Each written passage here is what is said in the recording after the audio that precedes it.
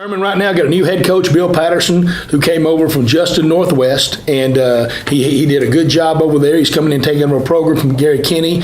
They're in a transition period, I guess is the best way to say it right now. They've had several kids leave and go to other school districts. They're there. They're a little beat up. I think one of the quarterbacks is beat up right now, and they're trying to figure out who they are, their identity. You know, they haven't had two very good showings the last two times. I went and saw them in a scrimmage. I've seen the video against them against Frisco Lone Star. They're struggling right now, trying to figure out who they are, what their quarterback is. I can kind of see what the head coach wants to do. I don't know if he's got the personnel right now to do exactly what he wants to do, or he hadn't found them and put them in there. So, but I mean, their kids still play on overall. They play on edge. They get after it. They're going to be aggressive.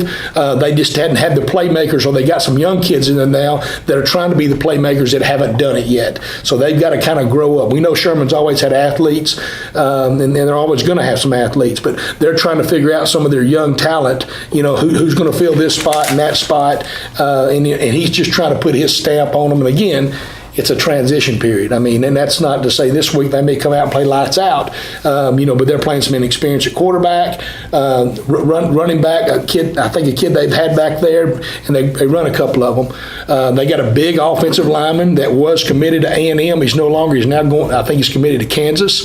Big kid, athletic kid. He's played. We've seen him since his freshman year. They played him at center. I think they've now moved him back to right tackle. A little more comfortable outside at right tackle. He was struggling with snapping the ball, and I think they found another kid to kind of do in there. Defensively, they're going to fly around, play a little 4-2-5, and move around a little bit. So that's a front we've seen already this year and practiced against it and all those kind of things. So nothing there's going to shock us at what they kind of do. I mean, it's going to come back in with us and them. Everybody's focused on themselves. This is another non-district ball game, so we're all trying to get ready, for our district play and doing those things and still trying to win this ball game. We're preparing for Sherman, all right, but at the same time, we know the little things we all have to work on and get better with our kids, and I know that's been his focus, and that's been our focus this week too, is making sure we're getting better from week 1 to week 2. Offensively, are they a spread team like you guys? Yeah. I mean, it's the same stuff we've been seeing. I mean, it's a spread, it's a pistol look, it's a shotgun. They'll get in a 2-back set.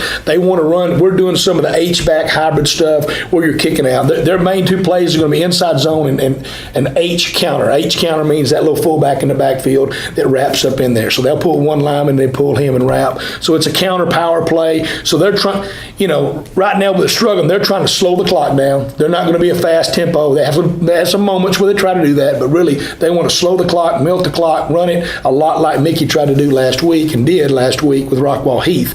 The same kind of format you're going to see there. So and it's very similar to what we saw last week offensively on the same side. Then again on defense, they're going to be a 4-2-5, 4 down linemen, 2 linebackers, and then they got their 5 DBs in the back, and typically they take one of those safeties, which is a 3 safety kind of system, and they'll put one of them to the wide side of the field or the multiple receivers side and just kind of play from there. So TCU defense, that's what they're playing, and he may be kin to him too. I don't know. I've heard that Coach Patterson at TCU, his son's on staff with Sherman, so there may be some relation there. I don't know. I hadn't talked to Bill much this week and talked about the personal stuff, but they're going to fly around trying to make plays. I think they're probably going to end up starting a sophomore quarterback. He's a kid that started at receiver for them. Great, good arm and all that, but again, he's still a sophomore, and they're trying to figure that stuff out. 63-0 against Frisco Lone Star. It sounded like you got the attention of the players, not worried about any overconfidence or just thinking that this is an easy win this week. No, I mean, it's been about us. It's been all that kind of stuff. I mean, you got to guard against some of those things when they read a column. Frisco was just fast, and Frisco's pretty good too. Now, Lone Star, they're one of the relatively new schools. They had some speed, now some fly sweep stuff. They had a quarterback who could really run. They had 2 slots that were really fast, and they ran a lot of fly sweep stuff with those guys, and they can motor now. And it looked like that Sherman was a little caught off guard, and I think once they got their head down, I think it was, here we go again, kind of a feeling with those guys. So they're fighting some of that emotional stuff. They're looking for some success and doing those things. But I'm not looking for an easy game. I mean, we're going to have to battle and get after it. And again, us make sure we're focused and doing what we're supposed to do.